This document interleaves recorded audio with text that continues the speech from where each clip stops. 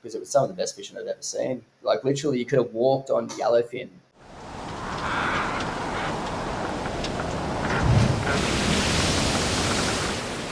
All right, welcome back to Aclassic. I'm your host, Dan Muntz, and today my guest is an absolute die-hard fisher.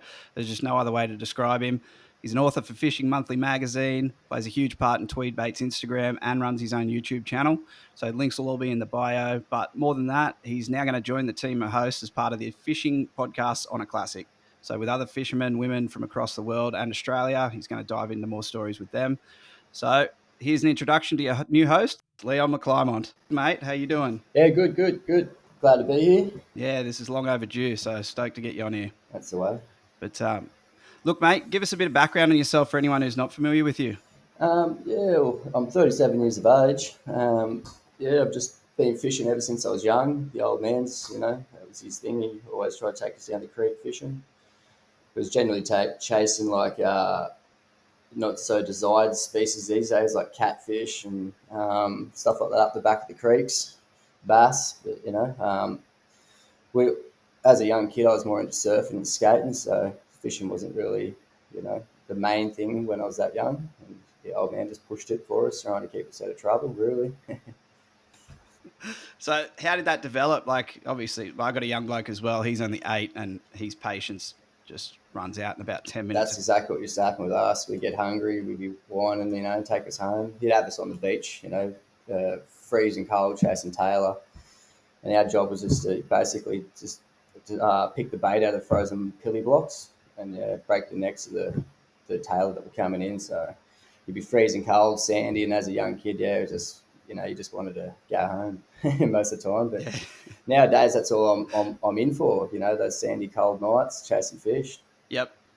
So when was the point that it changed as a young bloke? It was probably when I got about 16, 17, a bit older. I was starting to fish with my sister's partner, and he was right into it. And I was getting into a bit of trouble as well, so I was looking to steer clear of the trouble scene and get out and do something different. So, yeah, me and him used to fish most, Friday, Saturday nights rather than going to the pubs and hitting that sort of scene or the parties. So, whatnot. So we started fishing, and, it went from there, just snowballed. Just loved it. Developed into an obsession. Yeah. So, we've got some wild stories here from you, but before you jump into that, over the years, how do you educate yourself? Like, you're doing all sorts of different fishing. You're on the boat, you're off the land, everything. How have you educated yourself on, tactics, techniques, rigs, everything? Mate, it's just basically through trial and error. Even though I do run my own YouTube channel, I sort of never really got into the YouTube scene, especially the early days. Used to watch a bit of the Morning Tide boys. They were always a good pump up. But, other than that, it was just mainly through trial and error myself. Like, I've tied my own knots, even I'm not even sure if they are the right ones, but they seem to work. But it's just basically just through trial and error and just having time when doing that sort of stuff. And learning off other fishermen too. You can always learn from other people in the scene. Different locations, what they're doing at their spots and what they use. You can always learn something from everyone. Yeah, definitely, mate. Well, we're going to learn a bit from you here because I want to get into some of these sessions. So, look, the first one I want to talk about is an absolute standout, like this Monster Cobia you got. It ended up being 175 centimeters and 35 kilos or 77 pounds. So take me back to the start of that day, mate. What happened there? We didn't get an actual official weight on that fish, unfortunately. Like, we bottomed out Oh, didn't you? Yeah, we bottomed out the set of scales and stuff. So, it could have been a very, set Australian record, but we just didn't weigh it in properly. Unfortunately, we thought we had the set of scales that were capable of it, but they weren't. Oh no! Yeah. What is the Australian record? Do you know? For 30 pound, I think it was 34 or 37 kilos, something like that. Yeah. Shit, so you're close. Oh yeah, I'm pretty sure that fish is over 40. Yep. Yeah, well over 40 kilos. Well, take me back to the start of it, mate. What was the plan that day? Because I think you had a couple of issues getting out. Yeah. If I read right on your story there. I teed up with a mate. We were meant to go out early, and I was looking after my kids at the time. We had set them off for school, and so I had a few issues there. They were late for school, running late. We didn't get that out. And then he also had a few issues on his behalf, and we were about to can it. And I was like, no, look, let's still go. Better late than never. So I dropped the kids at school, got a coffee, by then it was about like 8:30, 9 o'clock. Wind had picked up, and it was already swell was a little bit up that day too. So with the added extra wind, I was a little bit skeptical about going in his little tinny because he's I drive his boat for him. He's not more of an offshore fisherman. He fishes the inshore stuff like inside the estuaries. So anyway, we met. I ended up teeing him up. So just kept geeing him up. Let's go, let's go. We showed up at the boat ramp, met him there. Wind was blowing a fair bit. By the time we got to the bar, I was like, oh shit. We hit the bar. I was already wet. As soon as we got through the bar, I was wet. I was like, we had these ideas of going at the fad in this little tinny and getting these dolphin fish, And that was already, plan A was already called off. So we just decided to cruise over this little local bait reef. We'll get some bait there. I actually noticed it's fairly loaded than usual, especially because it's just before mackerel season. Mackerel haven't sort of moved in and, pushed all the bait around. So there's a fair few slimies and bait holding in there. And then I sent a few archers and I was like, oh, why don't we just fish here? Saves us, darting around left, right, and centre and saves me getting wet. So we just threw it. Our goal also was just to catch a heap of bait for mackerel season coming up. So we're just smacking a heap of slimies, And then, when we seen the archers, I thought, well, may as well just stick one out the back while we're fishing. And, while we're getting the bait, we might as well fish. So we stuck one at the back.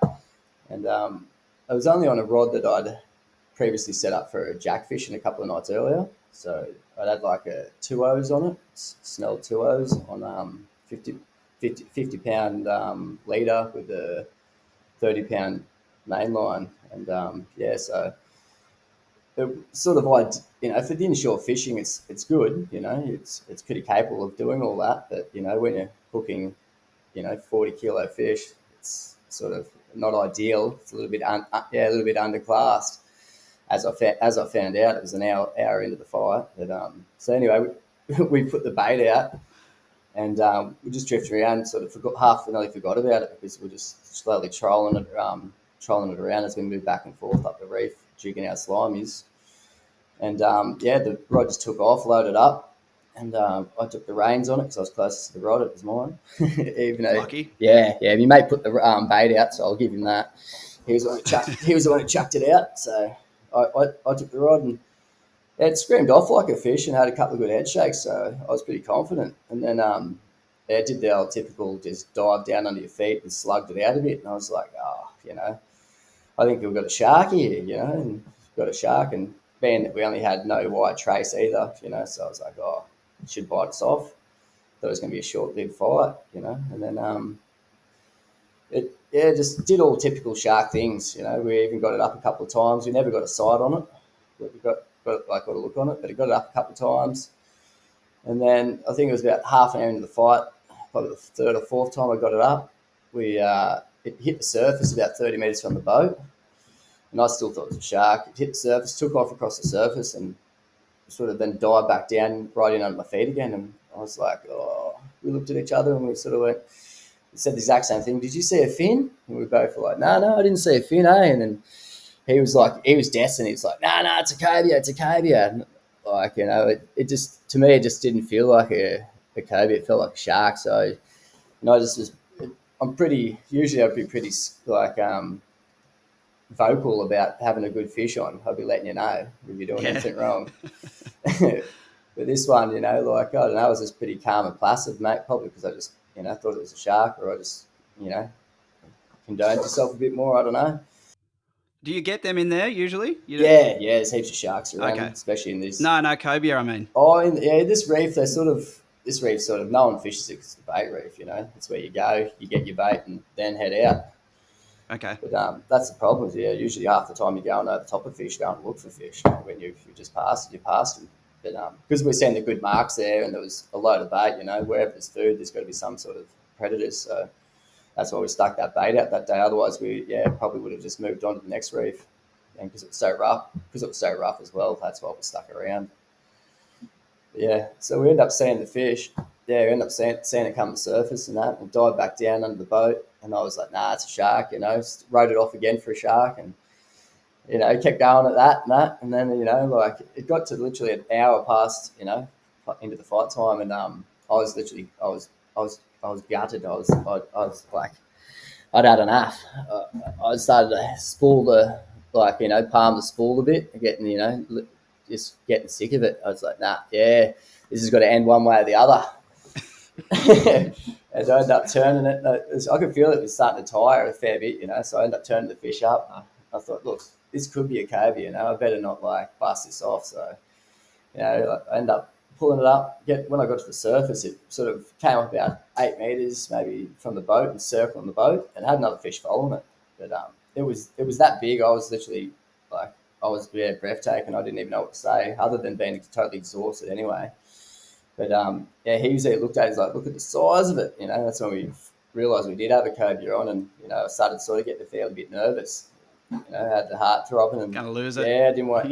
This is where good fish are lost. That last 5% of the fight, you're on the boat, and especially generally being cobia, they'll fight to the last minute, even in the boat they'll keep fighting.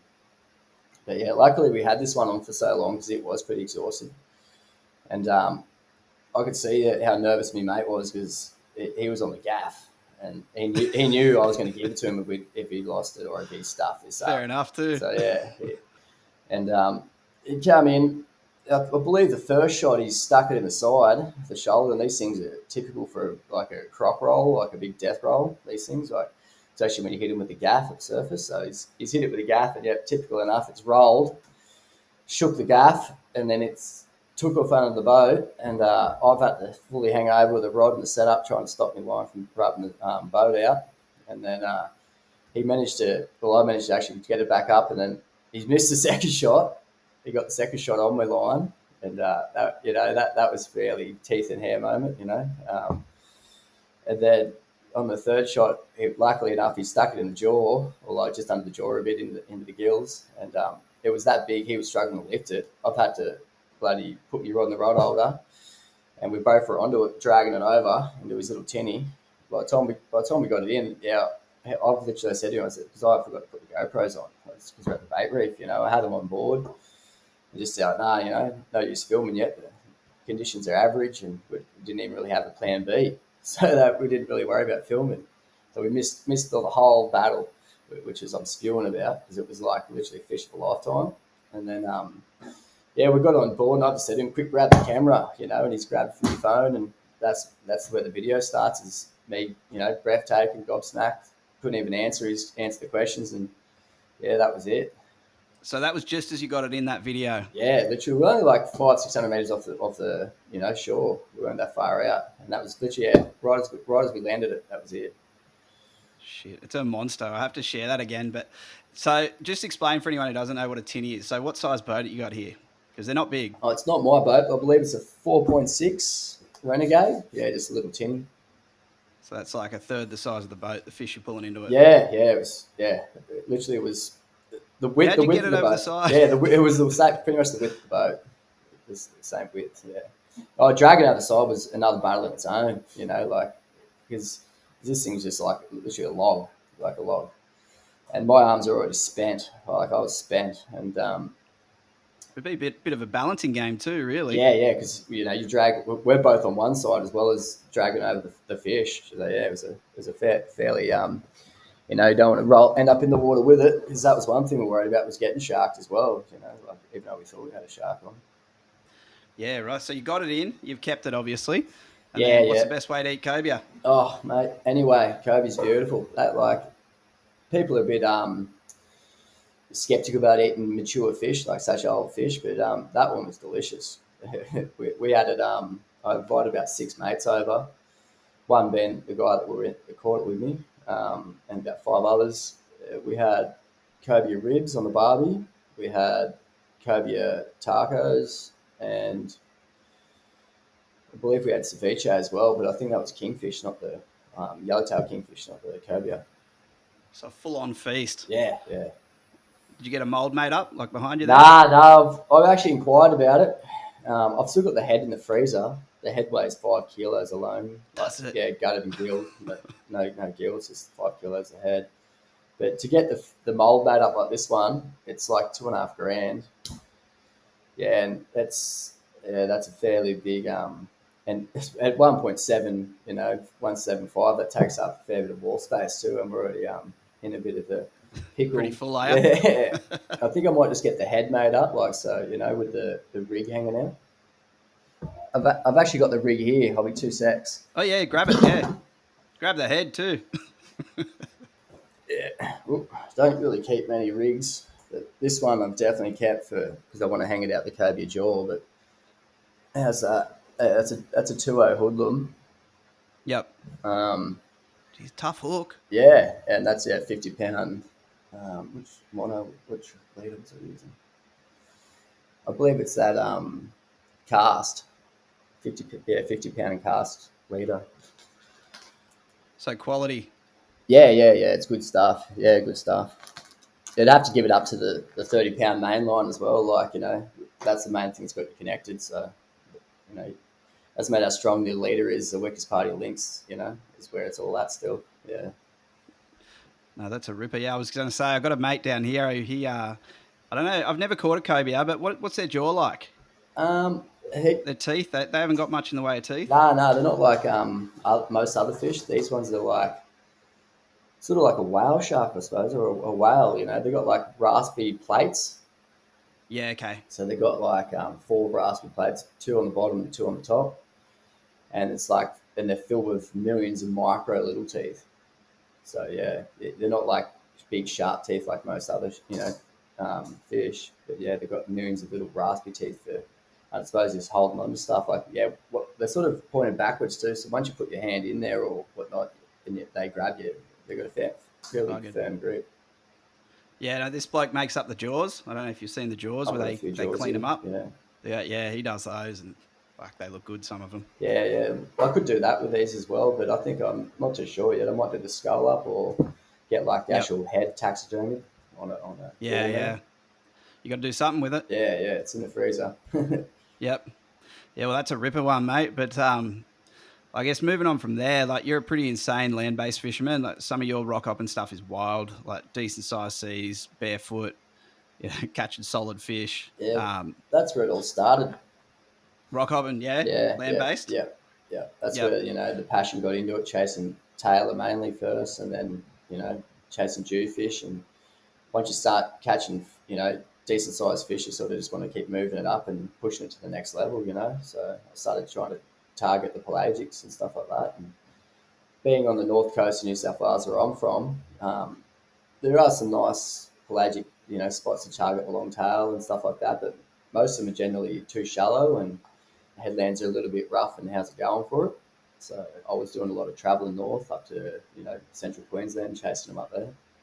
And were you doing that alone, or did you have a mentor who was a bit more experienced, or you were just trial and error again? No, my girlfriend at the time had family up there, so it was a win-win situation. Let's go see the family, and I'd shoot off fishing, and I'd be out the rocks all day long. And yeah, my mentor at the time actually was I knew no one. It was just I did this all on my own. Went up there, found the ledge, didn't even know it actually existed, that ledge, and then met one of the gurus of land-based fishing, Goshi G-Man, and he was pretty much my mentor at the time. Watching him, you know, doing his thing, he'd sniff a fish out of anywhere. That fella, right? He's a good fisher. So that's where I, basically learnt most of my land-based pelagic fishing stuff, was watching him do his thing next to him at the catwalk. But yeah, it all, a lot of people say it's right place, right time, but it comes down to just dedication, time, commitment, and failure. You know, you learn the most when you fail. Yeah, you learn the most when you fail. So I guess doing that, what's your go-to? Have you got one go-to setup, or you just chop and change depending on what and where you're Um, fishing? it's a chop and change a bit, but I do usually generally do have one go-to set up for land-based like fishing for pelagics and stuff like that. And it's basically you want something like this is an old one, Saltiga reel, or you can go Shimano. The brand label's not basically the key, but for me it's all about light. You know, especially if you're going to be chasing pelagics, you're going to be on the rocks for long periods of time. You don't want to be holding big, heavy reels because you're going to get sore arms casting them all day long. So something light and something still with a good spool capacity. So the 55,000 expeditions. I've got a few of them. It's How also much line are you getting on those? you get to depending on like what sort of line you use and the poundage and stuff too. But you get anywhere between 400, 500 meters of line on these. And that's plenty enough for land based stuff because you're only casting out 70, 80 meters, 100 meters max.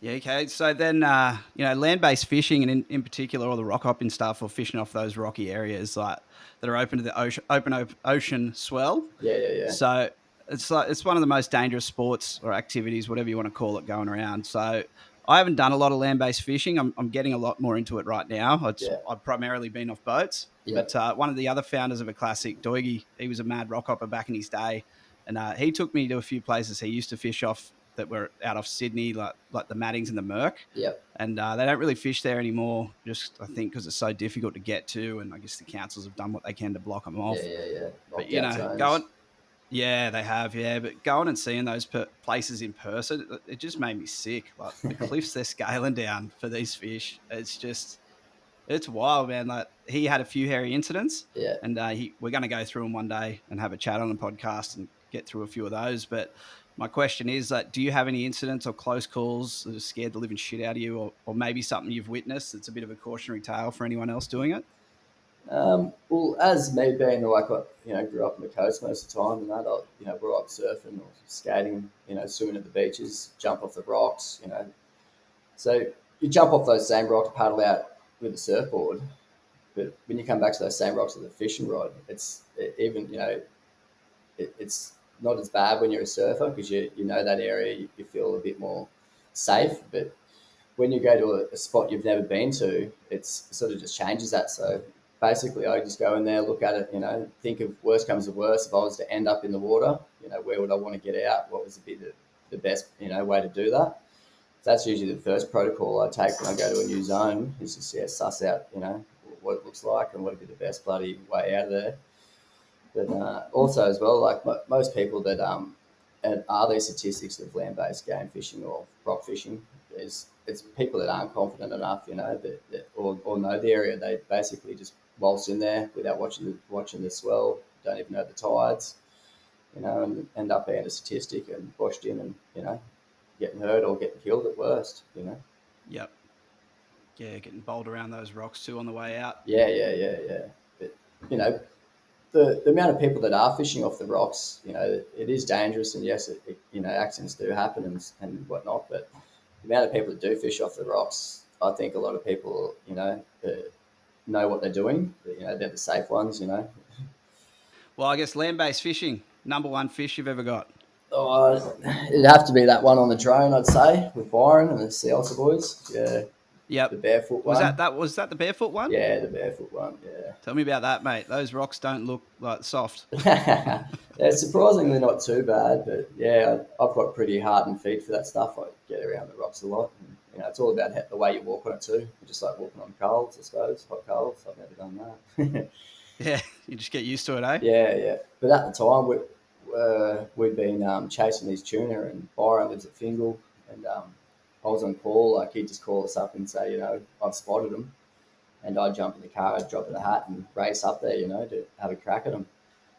And he's given us a call that on the day and said, they're here, so we've turned up there, and I turned up without, not really prepared, had no shoes, had nothing like that, and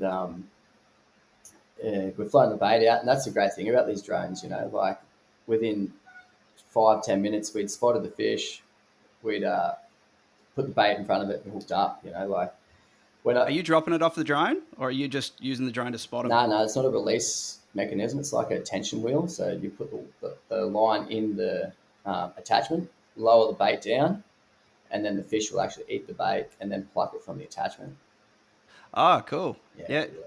You can, like, if you wanted to, you could pull the bait out via the rod tip, by just winding up the slack and giving it a bit of a pull. But what we're generally looking for is to get that tuna to get the content, the footage of the tuna eating the bait or taking the lure. So having the line attached to the drone is key to that. That's gold. Yeah. So you're just moving it in front of them wherever they go. You're just picking it up and Yeah. That sometimes can be the bit of the awkward part of is chasing them down the beach, because these tuners they just constantly swimming. So chasing them down the beach is sometimes the hardest part. But other than that, it has opened up these fish to be readily accessible to anyone now. yeah, definitely. Yeah, I looked at those. I think they were sea ulcer, those Yeah. drones. Yeah, they're not cheap though. Oh You'd no, be losing it. Well, I've lost one. But I have you. but that it's 3 years old. It was basically the drone was a bit cracked and getting old and stuff like that. So Time for an upgrade. I've got one. I get another one now. So Yep. So you dropped it. You dropped the bait in front of this tuner, and he hooked on. And then yes, how'd that go? yeah. We're running TLD 25, so their drag capacity is pretty light, but you still get good fish on them. But it had I think we were about 350, 400 meters out, so it had a fair good head start on with the fish, and that far out too. It's sort of a bit more in the open water. It's got a bit more of a current in it with it. So it took us. I think it was about close to 45 minutes to get that one in on the TLD. Yeah, it's wild. I'll have to put that footage up again too, because that's That was I our think your feet barefoot was the biggest comment. well, that was our second fish at that same ledge on the same day. So we got one a year earlier, but that day it was completely placid it was flat low tide, and I washed it into the rock pool, and it was calm as. A year later, it was like I don't know, it was probably like 4 or 5 foot. It was pretty big that day. On the second time, and you couldn't even see the rock pool that I previously washed the fish into. That rock pool was like underwater, but we'd when the sets were coming in, the fish got hung up, like because it was racing back and forth across the front of the ledge, and I kept telling Byron, I was like, look, let's just take it to the beach, like I didn't want to try and land that fish in front of that set, in front of those sets, and especially knowing there was a good crowd behind me at Van Fingal Headland, like Pressure's on. there's always a good crowd there, so I wanted to take it to the beach, but he was pretty destined on trying to get the best content available, and that was going to be on the rocks. So when I brought it in close, it had taken north off around the rocks, and I had to chase it. And I'd kicked my little toe on the rocks. I broke it at the time. I didn't know. It bloody hurt. But I didn't really feel it that much because I had such adrenaline rush. But when I washed the fish back around, it hooked up on the kanji at one stage, and I'd requested Byron, the cameraman's assistance, and he's just laughed at me. He's like, "Yeah, no, it's all you, mate." Literally didn't even take the camera pose out of position. Just he was not moved a muscle. So that's when I realised this was all me, and I was not going to get any assistance. We had no gaff, I had no shoes, swell was up, so I was not really liking the things in my favour. But I managed to wash the fish around, pull it into the rock pool. My ideal plan was to wash it onto the ledge, and I was going to grab the leader and then tail the fish. But when I'd timed it to wash the fish over with the swell, the fish had literally swum right directly in front of me. So when the swell had pushed the fish over, this fish had just barreled straight into my legs. And so it's not the water that knocked me off my feet in the video; it's actually the fish. So the fish has hit me in the legs, and it's knocked me off balance. I still managed to grab the leader, thankfully, because in that small amount of time of me falling off my balance and losing game plan and stuff, the fish had sucked back out with the swell and started to sort of drop back over the ledge. And with that weight of that tuna on the line, there was no way that was going to stay on the line. So I dug my sort of feet in, and it sort of felt like it happened. I had heaps of time to think about this at the time, but obviously I didn't.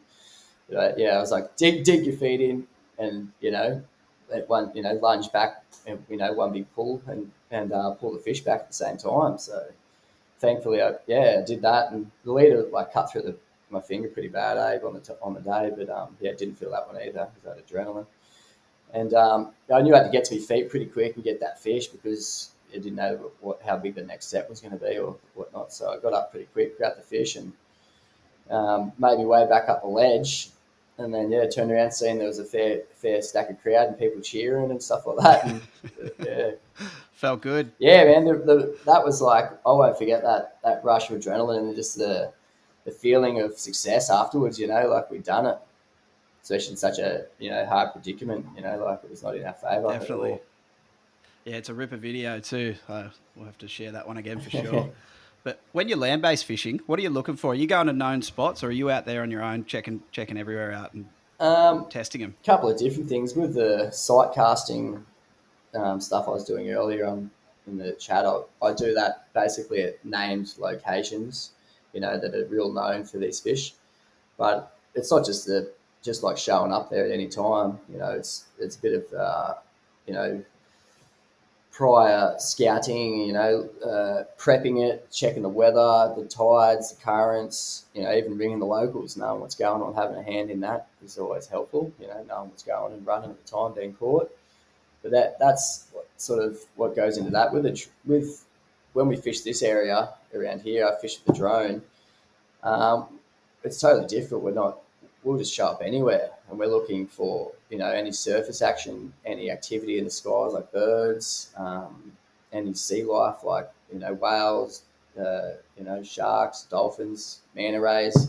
All that will hold other predators and other fish. So that's what we're looking for when we're drone fishing, or bait balls. Yeah, that's pretty cool. I'm gonna have to check out this drone fishing. Yeah, I've never seen anyone do it. Yeah, well, like it's great with this area we've got, because with your headlands we've got here, you can drive up with them with your car, jump out.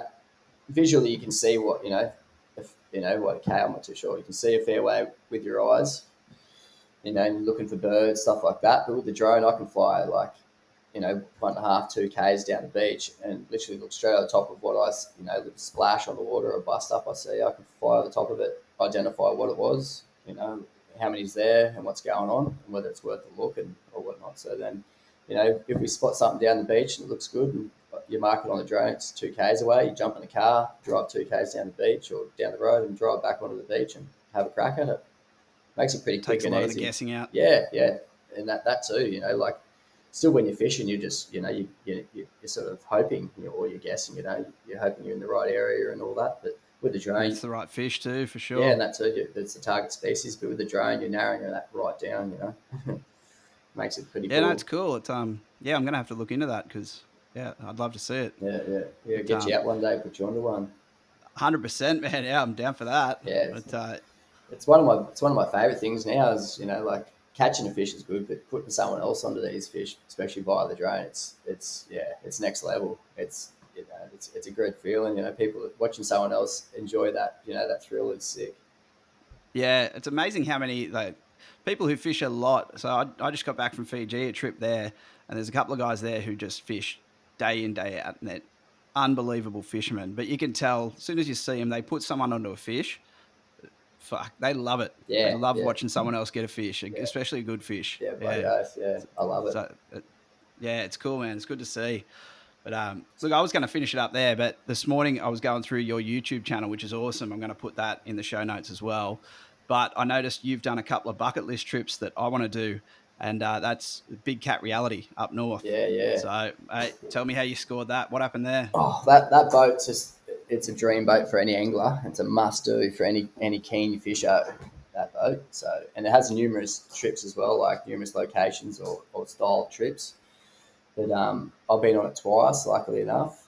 One, I went out to Wreck Reef, which is in the middle of the Coral Sea, and that trip was epic. It was just the wahoo, yellowfin were just off tap all week. And the second time I went Big on, trip out there too, wasn't it? oh yeah, yeah, it was A after couple of days, you saying? that cyclone that leveled Vanuatu like a Right. fair few years back now. But so I think it was like 4.5 meter swells or something.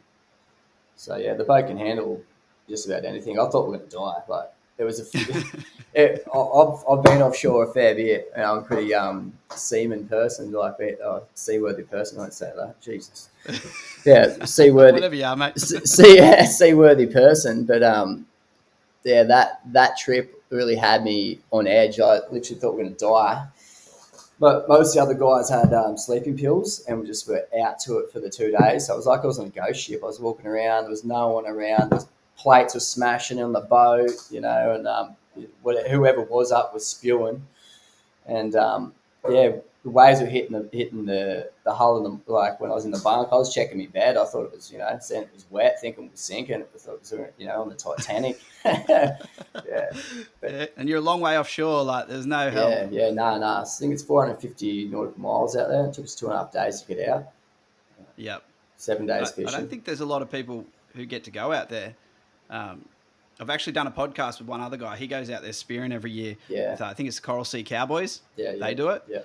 But, from what he was telling me, it's a pretty untouched sort of Oh area. yeah. It's got a fair bit of history in Australia too. Like that, you know, just there's that wreck reef was named after the boats that crashed out there during the early discovery of Australia.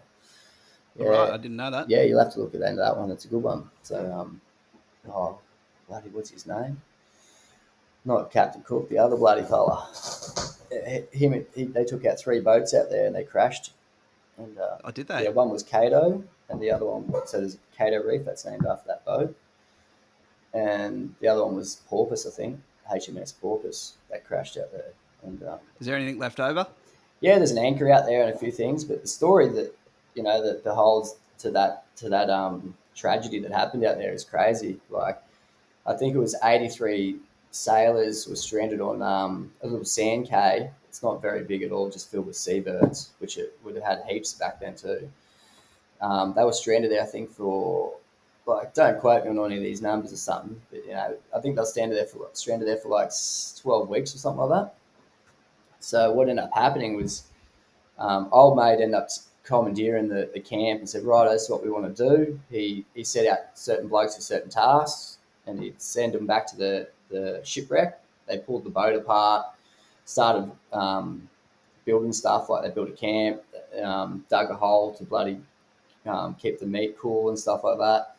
They dug a hole to build fire, make coal, build the nails to make iron, to make nails, and then they built their own little skipper boat, and bloody rode it from there back to Botany Bay, or Sydney.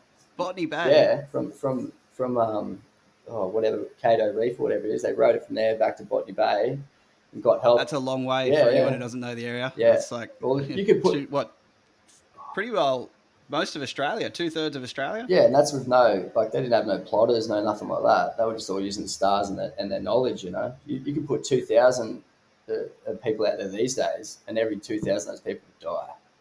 For sure. Yeah, Yeah. yeah. So 12. Yeah, I think I'd go down with it. Yeah, 12 of them rode from there to Botany Bay and got a boat, came out and rescued them. And got the rest of them. Yeah, got the rest of them. Yeah, and then So they were just getting water off the boat, what's that? off the wreck. The water. What were they doing for fresh water? Fresh water. I don't know. Like, yeah, I don't think it's mentioned so much about that in the actual tale that I read. Right. They probably had their ways. Yeah, they would have been catching probably rainwater or something. They probably would have got a bit of rainwater out there. They probably would have had maybe some storage of water on the boat. Because I remember, like, when you're reading the story, it says, like, they probably have water in pigskin things, like flagons. It's like, Yeah, of course. I remember he was, like, saying, you'll go get 5 hog skins and that, and the thing I was reading, Yeah, there's a little plaque out there mentioning it and stuff these days, and I think there's still an anchor and a couple of other little things left over from the shipwreck, but it wouldn't be much. It's a fair few years back. Yeah, shit, eh? There you go. I didn't know any of that. Yeah, no, it's a good tale. Check it out. Yep. So you went out there. You've been out twice, you were saying? Yeah. So the other time we didn't go to Wreck Reef. The other time we went to, where did we go? Swains. Top end of Swains Reef. So, yeah, that was pretty good. I won that trip via Tackle World. So that was pretty good. How good's that? Yeah, me and a mate. That's not a cheap trip. No, the trip alone would have been worth over 10 grand. But then Tackle World chucked in a heap of goodies too, a heap of tackle and stuff like that. And I think how'd you manage to win it? They had one of those competitions, tell us in 50 words what you do if you won the trip of a lifetime. Yeah. I can't even remember what I said, but I remember I was like, yeah, that's a bloody winner. And just I'd click go on the trip. Yeah, click enter. Yeah. Yeah. And you got it. Yeah, there you go. Yeah, that was a just good like one. that. Yeah. So what was the story there? Well, go back to the other trip. So you went out there, 2.5 days, ex-cyclone. Cyclone's just gone by and decent swell. So you were out there for a week. They stay out there the whole time, don't they? Yeah. You live on board the ship because you're not going to go back and forth, do 2 days trip out there. But because they got a few good tenders too, don't they? Yeah, they do. Yeah, but like I said, I think I got on that trip 2 weeks before departure. So the Wells brothers from Wilson, they'd notified me that someone had pulled out and had this ticket on offer. I just jumped in within, like, I think before they'd finished the message. I was like, yeah, I'm on. Yeah, Paid for the trip, and yeah, before we headed out. So that was 2 weeks, I think, between paying for the trip and leaving. That cyclone hit, and they were nearly the big cat were nearly talking about cancelling it, but yeah, that I think it sort of turned the fishing on. It stirred the seas up and everything like that. Before we got out there, so because it was some of the best fishing I'd ever seen. Like literally, you could have walked on yellowfin one day. Yeah, one day you could have walked on the yellowfin. They were hitting the boat like full, just spearing in the boat like torpedoes. Yeah, just mental. yeah. I've never seen anything like that. Yeah. What was the number one fish? Sorry, you caught out there that trip. I caught. They get big doggies out there too, don't they? Yeah, yeah. It was Yeah. funnily enough, none of us on that trip actually landed a doggy till the last day, which I landed the only doggy for the trip on the last day. But my biggest fish would have probably been, oh, we didn't weigh it because we're on like a sports fishing trip where you let all the fish go. Basically, you would have sunk the boat if you kept them all. We literally would have sunk the boat. So you're spearing back these massive 30, 40 kilo wahoo and stuff like that, 20 kilo wahoo. But yeah, I caught a massive wahoo. We didn't get to weigh it or really measure it because you wanted to get back in the water quick. So yeah, it was a pretty big one, that one. That was definitely the fish of the trip. Or getting the doggy was good too, because it was a target species and I definitely wanted one. It wasn't the biggest one, it was only a little one, but I'll still take it. Counts. Yeah. Yeah, definitely. Yeah. So then you got the second trip. Yeah. You've been twice, same boat, big cat Yep. both times. Yep. Yep. Yep. And I And managed to catch different reef. actually managed to catch the for our tender, the only doggy we landed, I got it on the last day as well. So that was funny. Yeah. Yeah. Yeah, and what's like a typical day out there? So I'm guessing food and everything's included It, in the run. And you fish based on you guys, or what's a day? Tell me a day out there. so basically, you get up in the morning. Big cat will have your breakfast sorted by like 7 o'clock. I think it is 6:37. They give you a quick little intro of what the weather's going to be like, and the zone you're going to be fishing. And you jump in your tender with your buddies, and they call them out like water. And then you think you fish for from 7 to 11 or 7 to 10, something like that. Sometimes they push it a bit more, depending on how what the crew's like with the blokes that are on board. Especially with these with the sponsored trips and stuff like that. They got a bit more pull because they've been on it so many times. But yeah, you try and extend that fishing period out, have a quick little bite to eat, maybe at lunch. They even give you the option of giving you sandwiches, so you can take the sandwiches on your tender and not come back for the lunchtime. But yeah, generally you come back about 11:30. They'll have your lunch ready for you again. It's exceptional bloody service there on that boat, like have your lunch ready when you get back. And then as soon as you smack that down real quick, shoot back out. You fish from like 12, then I think through till 4:30, and then you're back on the boat. Chill out, have a few beers, have a chat with the boys on what the rundown was on who caught what through the day, and what's the game plan for tomorrow. And then yeah, the dinner's sorted, but like you're pretty much gassed out by then. Like Yeah, I bet. you've had a few beers, you've had a whole lot of sun. You're pretty gassed out and off to bed. And then do it again the next day. Geez, how good's that? And do they cater it to you? So if you're going for a target species, are they going to try and aim for different spots or locations, or it's just this is what we're doing? No. They definitely like that. As I said, they definitely cater for that because both the trips I went on, one was with the Wilson boys. Like they moved the boat around for us, or they anchored it up. Like one night they put it out in a bit deeper water, and we smashed jog fish and GTs through to like 1 a.m. in the morning. Fuck, how good's that? So yeah, they definitely cater for the anglers on board, eh? So it's definitely a good experience and top service. You recommend it? Oh hell yeah. Yep. Well, it's on the list one day, mate. But like, with all this, what's next for you? Like, any big trips coming up? Any goals? Any target fish you haven't got before? Yeah. What's the plan? Yeah. Well, I'm actually at the moment I'm chasing. I still haven't got my land-based Spanish. It's my arch nemesis, that fish. I've hooked. That's it. I don't know how many I've hooked, but yeah, I've been bitten off, sharked, bloody snipped, pulled hooks, you name it. But that's number one. I'm trying to knock that off the next couple of weeks. And How are you going to do that? I've we've got the drone, yeah, but there's a couple of other locations. I'm just waiting for the right weather. Really, we've been getting some pretty bad weather here lately. But yeah, just waiting for the right times and the right weather to get down there and have the time off work and stuff like that. And the other trip I've got is maybe getting around to try and target the land-based marlin. Oh yeah, Yeah, yeah. Oh, that'll be a fun one. yeah. So a couple of different locations, on whether we're going to go north or south or where we're going to go and what time of the year, But yeah, that's definitely up there. That's a fish of a lifetime, and it's a must do for us. So I haven't yet really targeted one, but I want to put some time in and start learning that sort of procedure. Yeah, okay. Yeah, shit. Big plans. Yeah, yeah, stepping straight up now. Yeah. Yeah, well, that's Spanish. I just went chasing them in Fiji. That's where I was a couple of weeks back. Yeah, yeah, And what I found they did, they set the drag really light. yeah, So yeah, they just set it light because it'd pull out. yeah, And every time you tighten it up, and they just almost just guide it back in. yeah, yeah. That was Well, about the only tip I got for you on that.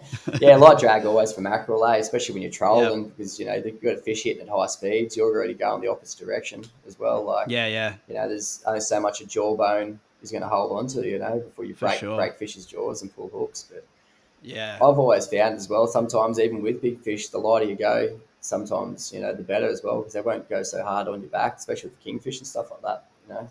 Might even have been half the reason why we caught that big cobia, because we were, so undergunned. If I'd have had 50, 60 pound and stuck it to him, he might have, stuck it to me back and made it to the bottom, because the fish was able to freely swim and feel a little bit more. because you weren't into it. Yeah. Because we're only Yeah. in, I think we're only in 30 meters, 25 meters when we hooked that fish. So, that fish could have easily have found the bottom, no questions asked. Yeah, there you go, eh? So that's the plans. Well, mate, but look, before we wrap up, anything you want to add? Anything we want to throw into this? No, mate, just thanks for having me. Can't wait to get back on and see what else For we can sure, talk mate. about, knock out a few Yep, things. absolutely. After you get that marlin, Yeah. have to do it. Yeah, oh, I'm not too sure if I'm going to get in this season. It's sort of already, like I might be missing the boat there. But yeah, if not this season, I'm definitely going to be getting down next season and definitely getting one, or having a crack at getting one anyway. Yep.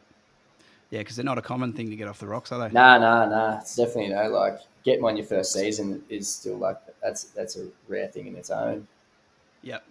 I'm sure you saw that monster down at. Well, I won't even bother saying where it was. Yeah, But yeah. Kyle, I'm trying. Kyle got I'm it. trying to keep my bloody tongue as well, where we're all talking about and whatnot. Yeah, and I did see that fish. I think half of the world has seen That that thing, fish. absolute monster. Yeah, mate. See, like a fish like that, it can make a career. For sure. Getting it. I'm not too sure if that one, that was classed as record or not. So I don't know.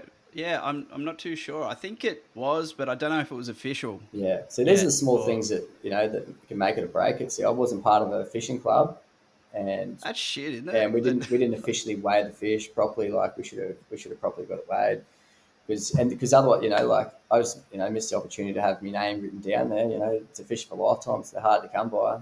I'll be lucky to beat that one. Yeah. Like I understand getting it properly weighed, but and I don't know, maybe I'm a bit out of touch, but being a member of a fishing club, like, that's a tough one. Yeah.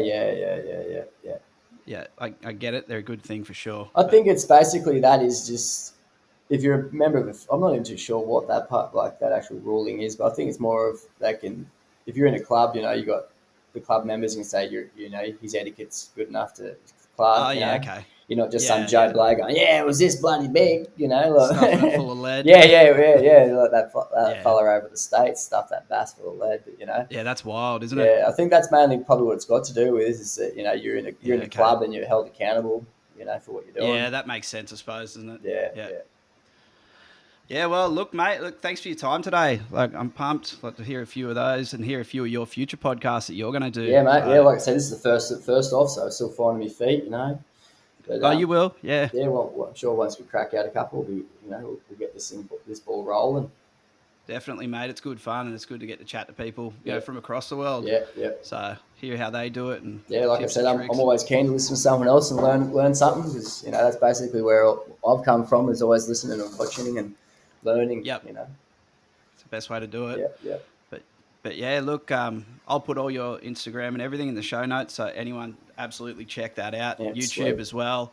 Outside that, we're aiming to kick off the Aclassic website. We're going to have some good longer form stories, some charter partners, some good clothing on there.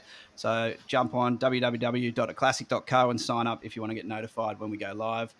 And look, mate, thanks for your time. I look forward to chatting again soon and hearing some of the other people you speak to. Yeah, no worries, mate. Good to hear from you. Let's do it.